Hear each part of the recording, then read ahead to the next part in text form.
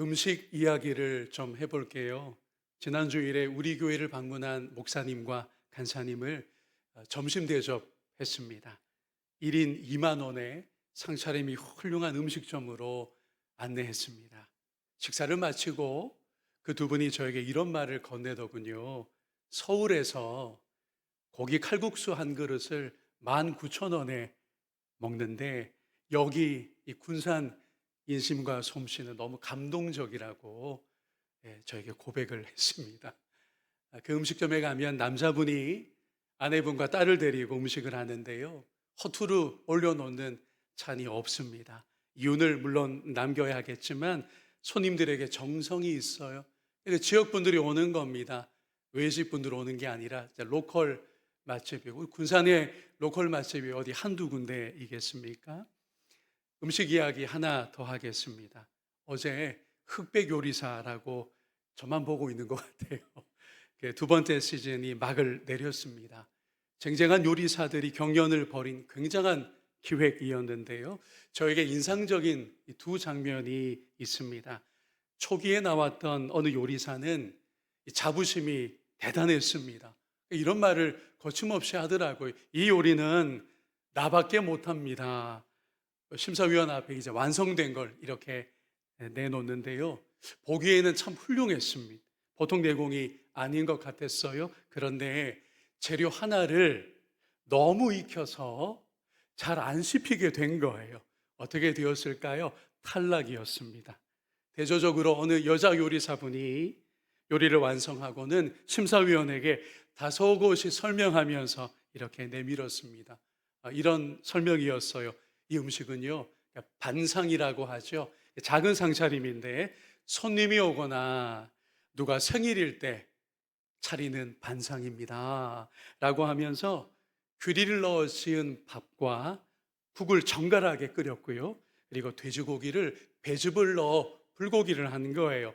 반찬은 딱 나물 반찬 하나였습니다. 어찌 보면 다른 요리사들에 비해서, 다른 셰프들에 비해서 딱 비주얼로는 좀 떨어지는 것 같았는데 심사위원이 하나씩 음미를 하듯 국을 한 스푼 입에 넣어보고 불고기 한 점 먹어보고 밥을 한 숟가락 입에 넣고 그 나물 반찬도 입에 넣어보더니 이렇게 반응을 하는 거예요. 정성스럽게 대접받는 것 같더라고요. 어떻게 되었을까요? 예, 거기 프로그램용으로 생존했습니다. 합격을 했어요. 저는 새삼 느꼈습니다. 내가 잘한다 싶은 것, 그리고 나를 증명하는 것이 중심이 될 때 오히려 교감은 끊어지고요, 혼자 헤매게 된다라는 것을 생각하게 되었습니다. 여러분, 세상은 오늘도 사람들의 귀에 이렇게 말했습니다. 너의 내면에 귀를 기울여 봐. 거기에 답이 있을 거야.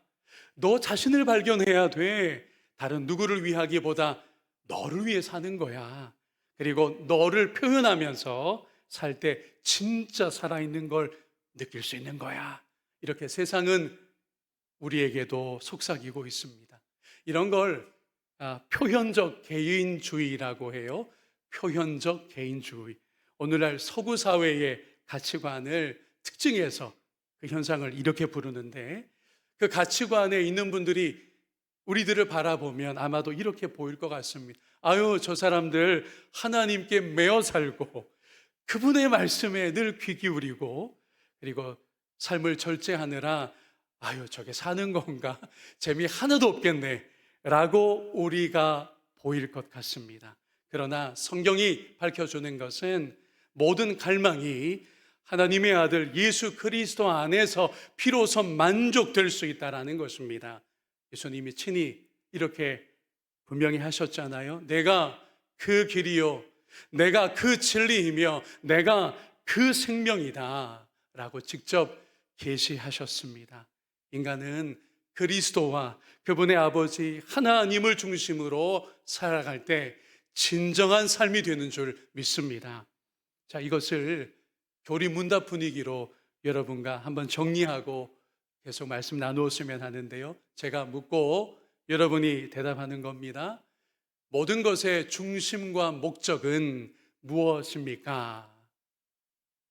하나님이 모든 것의 중심이며 목적이십니다. 만물이 그분 안에서 존재하게 되었고 그분 안에서 유지됩니다. 그분과 견줄 리는 없습니다.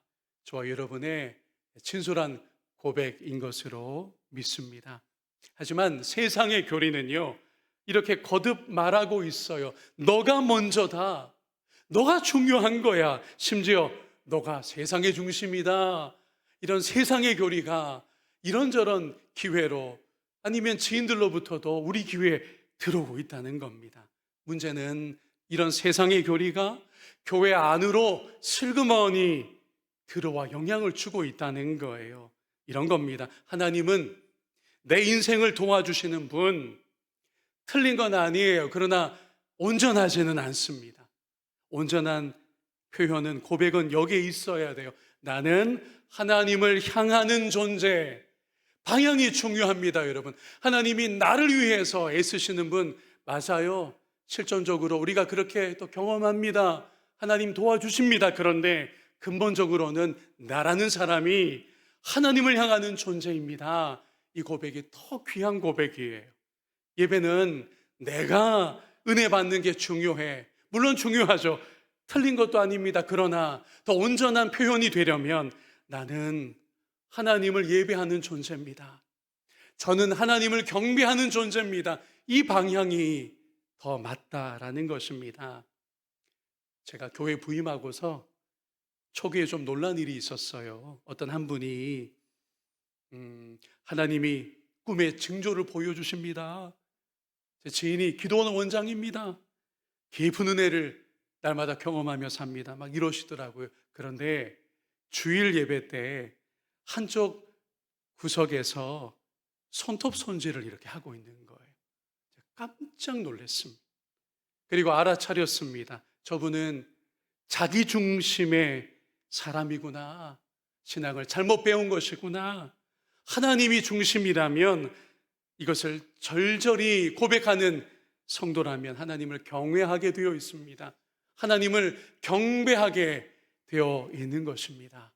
이 주제로 창세기 8장 21절을 주목하려고 합니다. 함께 이 말씀 중에 제가 주목하려는 구절 볼까요? 앞에 있습니다. 사람의 마음이 계획하는 바가 어려서부터 악함이라. 이런 뜻입니다. 인간의 판단과 욕망의 방향이 아주 이른 시기부터 어떻다고요? 자기중심적으로 굳어진다라는 말씀입니다. 그러니까 생각과 마음의 방향성에 관한 진단인데요. 우리는 외부로, 위로는 하나님을 향하고 좌우로는 이웃을 향할 줄 아는 존재로 원래 지음을 받았어요. 그런데 타락의 영향 아래 끊임없이 저요, 영어로 하자면 me 라고 하고 있지는 않느냐라는 겁니다. 이렇게 방향이 어그러진 인간을, 그런데 하나님이 어떻게 대하시느냐가 이제 중요합니다. 이 창세기 8장 말씀은 노아의 홍수 직후인데요. 잘 들어보세요. 하나님이 그러니까 내가 홍수로 심판했던 거야 라고 하시질 않으셨어요. 오히려 그러니 다시는 홍수로 내가 세상을 멸하지 않겠다라고 하는 뜻밖의 말씀을 주십니다. 어떤 하나님이심이 드러나고 있느냐? 하나님은 인내와 긍휼의 하나님이신 겁니다. 그렇다면 옛적부터 두 방향이 평행선을, 엇갈리고 있었다는 것도 우리 눈에 들어옵니다. 이거죠. 하나님은 늘 인간과 창조하신 피조물을 향하십니다. 그런데 인간은 자기를 중심에 두고 생각하며 행동하고 있다는 거예요. 방향이 엇갈린 오랜 역사 속에 있는 것입니다. 인간과 다른 하나님의 방향은 창세기 9장에 들어서자마자 아주 명확해집니다. 9장 1절 말씀을 함께 보겠습니다. 하나님이 노아와 그 아들들에게 복을 주시며 그들에게 이르시되 생육하고 번성하여 땅에 충만하라. 아멘. 어디서 들었던 말씀입니까? 처음 어디에서 선포되었던 복입니까? 창세기 1장이에요. 아담과 하와에게 복을 선언하셨던 바로 그 말씀입니다. 그렇게 사람에게 마음을 향하셨던 하나님이 홍수 심판 후에도 노아와 그 아들들을 향하고 계셨다는 걸 9장 1절에서 지금 확인을 한 거예요. 하지만 인간의 방향은 직접적으로 말할까요? 노아와 그 아들들의 방향은 다시 자기중심적으로 돌아서고 있습니다. 9장 20절로 22절까지를 볼까요? 노아가 농사를 시작하여 포도나무를 심었더니 포도주를 마시고 취하여 그 장막 안에서 벌거 벗은지라. 가나안의 아버지 함이 그의 아버지의 하체를 보고 밖으로 나가서 그의 두 형제에게 알림해. 자, 노아는 그 마음이 하나님을 충분히 향하지를 못했습니다. 하나님은 이 대홍수 다음에 노아를 새 아담으로 세우시고 복을 선포하셨거든요. 근데 노아는 그 복된 품위를 내려놓고 자기 좋은 대로, 자기 본능이 이끄는 대로 행동하고 말았다는 겁니다. 술에 취해서, 포도주에 취해서 벌거벗은 채로 장막에 있었던 거죠. 골아떨어져 있었던 겁니다. 자, 그리고 둘째 아들 함은 아버지의 수치를 자기 중심적으로 다루게 되었습니다. 이런 식이에요. 야, 골아떨어진 아버지를 목격한 다음, 야, 이건 특종인데 형이란 동생에게 제보 안 하면 내가 못 견디겠어. 이런 마음이 고개를 든 거예요. 결국 아버지의 그 수치를 덮어주기보다는 형과 동생에게 아버지의 그 부끄러움을 알리게 되었던 것입니다. 이후로 어디까지 가게 되었느냐? 노아의 아들들이 번성합니다. 그러나 그 후로 바벨성을 건축하고 말았습니다. 하나님 중심은 고사하고 하나님께 도전하는, 우리가 이 성을 탑을 높이 세워서 저 하늘에 닿게 하자, 우리 이름을 그래서 떨치자 라고 하면서 하나님께 도전하는 어그러진 죄성을 향해 나아가려고 마음먹었던 것입니다. 제가 석사 졸업한 미국의 인디애나 대학교라고 있어요. 지금 미국이 크게 주목하고 있습니다. 왜냐하면 미국은요, 대학 미식축구가 가장 뜨거운 운동 경기이고, 미국인들이 이 프로팀들의 경기도 대단하지만 대학 미식축구를 굉장히 사랑해요. 그런데 제가 졸업한 그 학교가 파죽지세로 미국 전체 결승에 올랐습니다. 단지 눈부신 성취를 이 학교가 해오고 있어서 주목받는다기보다는 그 팀의 가장 중요한 선수가 가장 신앙적이어서 화제를 불러 모으고 있어요. 멘도우자라고 하는 대단한 선수이고, 여러분이 미식축구를 좀 아시는지 모르겠지만 쿼터백이라는 포지션이 제일 중요하거든요. 공을 이렇게 던져주는 그 역할인데, 가톨릭 신자이긴 하지만 인터뷰할 때마다 겸손하게 저는 하나님께 감사합니다, 영광을 하나님께 돌립니다라고 매번 그렇게 고백을 하고 있어요. 그래서 주요 이 스포츠 매체가 아예 하나님께 대한 신앙이 대단한 건 알고 있는데 승리의 다른 비결이 있습니까? 라고 아예 그렇게 전제하고 질문할 정도로 마이크만 들이대면 모든 영광 하나님, all the glory to God 그러면서 하나님을 고백하고 있다는 겁니다. 매일 밤 기도하고 경기 시작 전에도 이렇게 15번 선수인데요, 한쪽 무릎을 꿇고 기도합니다. 마이크만 들이대면 하나님께 영광을 돌리고 있고요.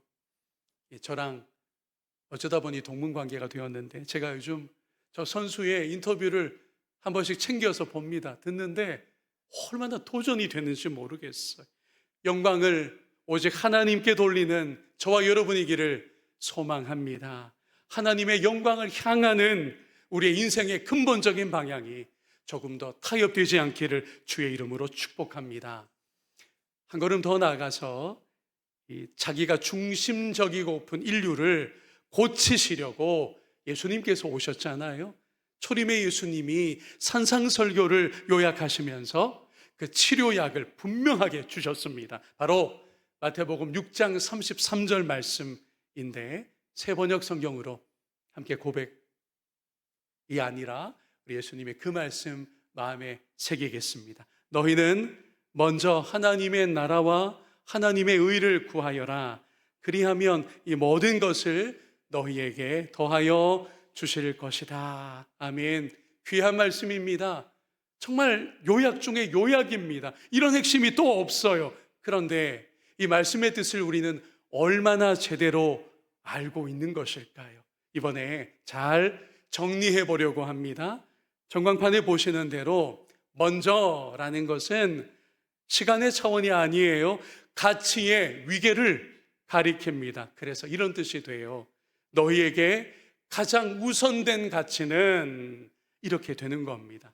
그게 뭡니까? 구체적으로 하나님의 나라를 구하는 것이다 라고 말씀하셨는데, 우리 그 의미를 다시 읽어볼까요?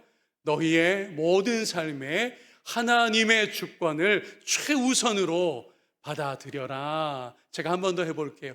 너희의 모든 삶의 영역에 하나님의 주권을 최우선적으로 받아들여라. 그게 하나님의 나라를 구하는 신자의 삶인 것입니다. 그리고 바로 이어지는 말씀에 하나님의 의를 구하여라고 말씀하셨죠. 이건 설명이 더 있습니다. 산상설교 안에서 우리가 이 네 가지로 잘 정리할 수 있는데, 여러분, 우리가요 바리새인보다 더 나은 의로움을 나타낼 수 있어야 합니다. 5장 20절 말씀이고요. 두 번째, 드러내는 의로움, 이건 외식에 지나지 않아요. 은밀하고 진실한 경건이 있을 때 그게 하나님의 의에 합당한 모습이 됩니다. 세 번째, 돈과 하나님 사이에서 어떻게 할 거냐라는 게 오늘 이 요약의 말씀 바로 앞부분에 있어요. 하나님을 선택하는, 돈과 하나님 사이에서 하나님밖에 없습니다. 당연히 하나님이죠. 이거 말은 쉬운데 어려워요. 자본주의 사회에서 돈이 주인이 되는 현실 속에서 어려운 일입니다. 재물과 하나님 사이에서 하나님을 선택하는 의가 하나님의 의를 구하는 것의 세 번째고요. 마지막에 하나님을 신뢰하기 때문에 무엇하지 않는 의로움이 또한 하나님의 의라고요. 염려하지 않는 의가 마지막에 하나님의 의에 들어오는 내용입니다. 종합해보면 저를 따라서 해주실까요? 하나님 중심의 신앙과 삶. 방금 네 가지는 결국은 하나님 중심의 신앙과 삶을 우리에게 주문하시는 말씀입니다. 설교를 정리하겠습니다. 우리는 그리고 모든 피조물이 하나님으로부터 시작되었습니다. 성경은 맨 처음부터 이 진리를 선포하고 있잖아요. 어떻게 해요? 태초에 하나님이 천지를 창조하시니라. 우리의 존재와 우리 인생의 방향이, 우리 삶의 모든 것이 하나님으로부터 시작되었다라는 것, 너무 중요한 신앙의 근본입니다. 그리고 하나님은 시작이실 뿐 아니라 목적이세요. 하나님은 시작이시고 또한 시작된 우리 모든 존재의 목적이십니다. 이건 바울 사도가 로마서의 전반부라고 하는 1장부터 11장까지의 요약으로 마치 송축하듯 위대하게 장엄하게 선포한 바로 그 구절, 로마서 11장 36절 말씀이에요. 우리 같이 선포합시다. 고백합시다. 이는 만물이 주에게서 나오고 주로 말미암고 주에게로 돌아감이라. 그에게 영광이 세세에 있을지어다. 아멘. 그리고 하나님이 시작이시요 그분이 결국 목적이라면 그 과정의 중심도 누구이실까요? 우리 하나님이신 겁니다. 이런 신앙의 근본이, 신앙의 본색이 오늘 그리고 올 한 해 저와 여러분의 믿음의 길이 되기를 주의 이름으로 축복합니다.